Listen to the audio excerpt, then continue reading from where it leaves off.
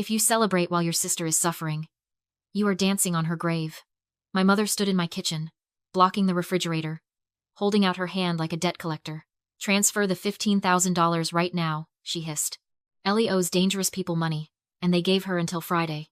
You want to throw a party? Fine. But know that you are killing your sister. I didn't scream. I switched into triage mode. I grabbed her wrist with the same grip I used to restrain thrashing patients in the trauma unit, marched her to the door, and threw the deadbolt. Before I tell you what I did when she tried to snatch my phone to force the transfer, drop a comment. Where are you watching from right now? And what time is it for you? I want to see how far this story travels. I slid down to the floor, my back against the cold wood of the door. The adrenaline didn't leave my body all at once. It drained out slowly, leaving my hands shaking so hard I couldn't unlock my phone. It wasn't fear. It was the physical recoil of severing a limb. For 29 years, I had been the family's life support system, and I had just pulled the plug. The kitchen was dark, lit only by the streetlights filtering through the blinds, but my mind was playing a highlight reel of the last 3 years. I closed my eyes and saw the holidays. Not turkey dinners or unwrapping gifts. I saw the fluorescent lights of the trauma unit on Christmas Eve, while Ellie was posting photos from a yacht in Ibiza captioned, "Healing my soul." I was doing chest compressions on a drunk driver who didn't want to be saved, while Ellie was finding herself in Aspen on my parents' dime. I was holding the hand of a grandmother who was terrified to die alone. That $15,000 wasn't just a bank transfer. It was blood money. It was 3 years of missed birthdays, skipped lunches, and double shifts where I came home smelling like antiseptic and death. It was the safety net I had built to prove that I didn't need them. And Deborah had walked in here and demanded it like it was loose change found in a couch cushion. That was her superpower. That was how she kept the ecosystem running. I call it the tyranny of tears. Deborah didn't use fists or shouting to get what she wanted. She used Ellie's fragility as a weapon. For a decade, the narrative had been the same. Ellie is sensitive. Ellie is struggling. Ellie is at risk. If I refused to give up my scholarship money, or my time, or my apartment, I wasn't just being selfish. I was pushing my sister toward the ledge. Deborah had turned extortion into a moral obligation. She made me feel like an executioner every time I said no. If you don't pay, her blood is on your hands. That was the unspoken contract. But tonight, the contract had expired. I looked at the banking app still open on my phone screen. The balance was safe, but the numbers mocked me. 15,000 was a lot, but it was a fraction of what they had already taken. I thought about the $60,000. My grandmother had left me a UTMA trust fund, meant to transfer to me when I turned 21. I had planned to use it for nursing school, but on my 21st birthday, when I went to the bank, the account was empty. 0. Deborah had cried then, too. She told me the market had crashed, that administrative fees and bad investments had eaten it all. She sobbed so hard I ended up comforting her. I took out student loans. I worked nights. I believed her because the alternative was believing my own mother was a thief. But sitting on the floor, the fog finally lifted. Markets don't eat $60,000 without a paper trail. Administrative fees don't drain an account to exactly 0. Ellie had gotten in trouble with a credit card that same year. The math had always been there. I just hadn't wanted to do the equation. Deborah hadn't come here tonight because Ellie was suicidal. She came here because the well had run dry, and she needed to refill it before the loan sharks broke Ellie's legs. She wasn't protecting her daughter. She was protecting her investment. I stood up. My legs were steady now. I walked to the window and looked out at the empty street. They weren't done. Deborah wouldn't stop because I locked a door. She was desperate. And desperate people don't retreat. They escalate. I needed to stop thinking like a daughter and start thinking like a forensic investigator. I needed evidence. I needed a paper trail. And most of all, I needed to make sure that when they came back, and they would come back, I was the one setting the trap. My phone rang at 8:02 in the morning. It was Marco, the owner of the resort where I was supposed to be hosting my graduation party in 3 days. I answered, expecting a question about the menu or the seating chart. Instead, I heard a voice so tight with tension it sounded like a guitar string about to snap. "Sophia," he said. "Do not speak. Just listen. Your mother is here. In my office." My stomach dropped through the floor. The venue was 40 minutes from my apartment. Deborah hadn't wasted a second. "She's crying," Marco whispered. It's a performance, Sophia. I've seen bad acting before. But this is terrifying. She's telling my front desk staff that you had a psychotic break last night. She says you've been involuntarily committed to a mental health facility, and that you're a danger to yourself." I gripped the phone until my knuckles turned white. She wasn't just canceling the party. She was salting the earth. She was building a narrative that would destroy my credibility, my career, and my sanity, all to cover her tracks. If I was crazy, then nothing I said about the stolen money mattered. If I was locked up, I couldn't stop her. She wants the deposit back, Marco continued. She says she needs the $15,000 in cash immediately to pay for your admission to the private facility. She's screaming that the ambulance is waiting and I'm holding up your medical care. The old Sophia would have screamed. The old Sophia would have jumped in her car, driven there doing 90, and caused a scene that would have proven Deborah right. I felt the heat rising in my chest, the urge to defend myself, to shout that I was fine, that she was the liar. But then I took a breath. I held it for 4 seconds. I let it out. Triage. If I stopped her now, if I just called the police and had her removed, it was a family dispute. It was a he said, she said. She would walk away with a warning, and she would find another way to get the money. She would go to my landlord. She would go to my bank. She wouldn't stop until she had fed the beast that was Ellie's debt. But if she signed for that money, Marco, I said, my voice deadly calm. Did you give it to her? No. I told her our policy is to mail checks in 30 days. She went ballistic. She started throwing things. So I pivoted. I told her that because it's a medical emergency, I could make an exception. What kind of exception? I told her I have an emergency cash float in the safe for vendor payments. I told her I can give her the cash right now. Today. If she signs a liability waiver. I closed my eyes. It was perfect. It was the bait. And Deborah, blinded by panic and greed, had swallowed it whole. She didn't care about waivers or liability. She only cared about the cash that would keep the loan sharks away from Ellie for another week. Open the safe, I said. Sophia, are you sure? Once she walks out with... She's not walking out, I interrupted. Stall her. Tell her the time lock takes 20 minutes. Tell her you need to photocopy her ID. Give her coffee. Just keep her in that room. What are you going to do? I'm coming down there. And I'm not coming alone. I hung up. My hands were steady now. This wasn't a party cancellation anymore. It wasn't a mother trying to save money. It was attempted grand larceny. It was fraud. And for the first time in my life, I wasn't the victim trying to survive the storm. I was the one directing the lightning. I pulled into the service entrance of the resort 20 minutes later. I wasn't alone. Standing by the loading dock was Detective Miller. He wasn't a random private investigator I'd found in the yellow pages. He was Marco's head of security, a retired fraud investigator who had spent 30 years watching people lie for money. He looked like a man who hadn't been surprised since the 90s. Miss Wallace, he said, opening the door to the security booth. Marco briefed me. We have audio and video running in the office. I'm witnessing the interaction as a neutral third party. Does she know you're watching? No. She thinks she's bullying a hotel manager. She doesn't know she's auditioning for a felony. I stepped into the cool, dark room. The wall was covered in monitors, but my eyes locked onto the center screen. There she was. Deborah was sitting in Marco's office, clutching her purse like a life raft. The audio feed crackled to life, and I heard the performance. It was masterful. She was sobbing those heaving, chest-shaking sobs that had made me give up my allowance when I was 10 and my paycheck when I was 20. She's sick, she was wailing to the poor receptionist Marco had left in there to stall her. My daughter is in a locked ward, and the doctors won't start treatment until I pay the admission fee. Do you want her death on your conscience? I watched her wipe her eyes. Then, the moment the receptionist turned away to pour water, Deborah's face changed. The grief vanished, replaced by a sharp, predatory panic. She checked her watch. She checked her phone. She wasn't crying for me. She was terrified of the deadline Ellie's loan sharks had set. It was Friday. The clock was ticking, and I was just the ATM she was trying to smash open. She's good, Miller muttered, crossing his arms. Most people would cut the check just to get her to stop making that noise. That's how she survives, I said, my voice flat. She weaponizes her distress. She makes you feel like a monster for asking for proof. On the screen, Marco entered the room. He looked flustered, playing the part of the overwhelmed business owner perfectly. He was holding a heavy envelope, the cash float. Deborah's eyes snapped to it. She actually stopped crying mid-sob. It was a physical reaction, like a shark smelling blood in the water. The greed was so naked it was almost obscene. Mrs. Wallace, Marco said, sounding apologetic. I'm so sorry for the delay. I have the $15,000 here. I just need to handle the paperwork. Just give it to me, Deborah snapped, reaching out. My daughter is waiting. I understand, ma'am. But because this is a cash refund of a deposit paid by Sophia, I have strict auditing rules. I need to verify that you are the authorized financial proxy. I watched my mother straighten up. She smoothed her skirt. She thought she had won. She thought she had bullied another weak man into submission. She didn't see the cage coming down.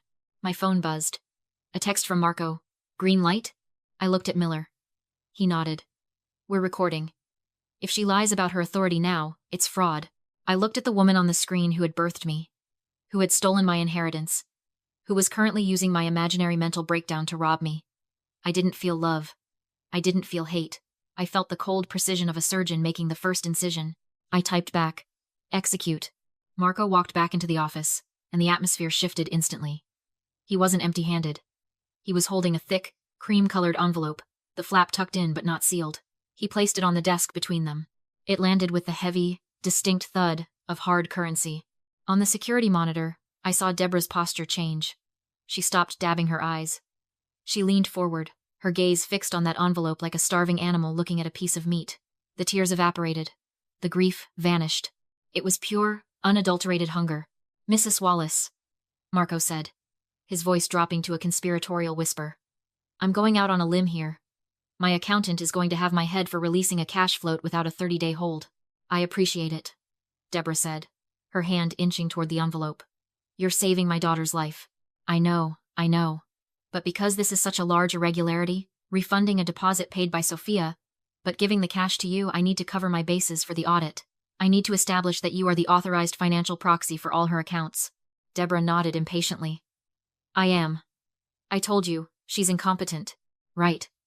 But I see a note here in her file. Marco lied smoothly, glancing at a blank sheet of paper. She mentioned a trust fund from a grandmother that was used for previous expenses. For my records, did you manage that transaction as well? I just need to link the financial authority. I held my breath. This was it. If she denied it, if she said she didn't know about the trust, we only had her for the attempted theft of the party deposit. But if she claimed it, Deborah didn't hesitate. She didn't pause to think why a hotel owner would care about a trust fund from 8 years ago. She was $15,000 away from saving Ellie, and she would have confessed to the Kennedy assassination if it got her that envelope. Yes, she said, her voice clear and authoritative. I handled the trust fund. I signed for the release of those funds personally. I have full power of attorney over all her assets. I control everything. I looked at Miller. He was already typing on his phone. That's it, he murmured. She just admitted to forging the checks. That's identity theft and bank fraud. Let's go, I said. I didn't run. I walked down the hallway with the steady, rhythmic pace of someone walking to a code blue. I reached the office door, turned the handle, and stepped inside. The room went silent. Deborah was reaching for the envelope. When she saw me, her hand froze in midair. For a second, her brain couldn't process it. She blinked, looking from me to the cash, trying to reconcile the psychotic daughter in a locked ward with the woman standing in front of her wearing scrubs and a look of absolute zero. Hello, Mother, I said. Sophia? She stood up, her chair scraping violently against the floor. What are you? You're supposed to be. Locked up? I finished for her. Suicidal? Dangerous? I walked over to the desk and picked up the envelope. I tucked it under my arm. You really thought I was crazy, didn't you? You thought I was broken enough to let you steal from me again. I'm not stealing, she shrieked, the panic finally setting in. I'm saving your sister. She needs this money, Sophia. They're going to hurt her. Then maybe she shouldn't have borrowed it, I said. But that's not my problem anymore. My problem was the $60,000 you stole from Grandma's trust. But you just solved that problem for me. I didn't. We have it on tape, Deborah. I pointed to the small camera in the corner. You just admitted to Marco and a witness that you signed for those funds. You admitted you impersonated me to access my accounts. That's a felony. That's federal prison time. The color drained from her face, leaving it a sickly, paste white. She looked at Marco, who had dropped the helpful manager act and was now standing with his arms crossed, looking at her with pure disgust. Then the door behind me opened, and Miller stepped in. He wasn't wearing a uniform, but he carried himself with the unmistakable weight of law enforcement. He held up his badge. Ma'am, I'm detaining you for attempted grand larceny, Miller said.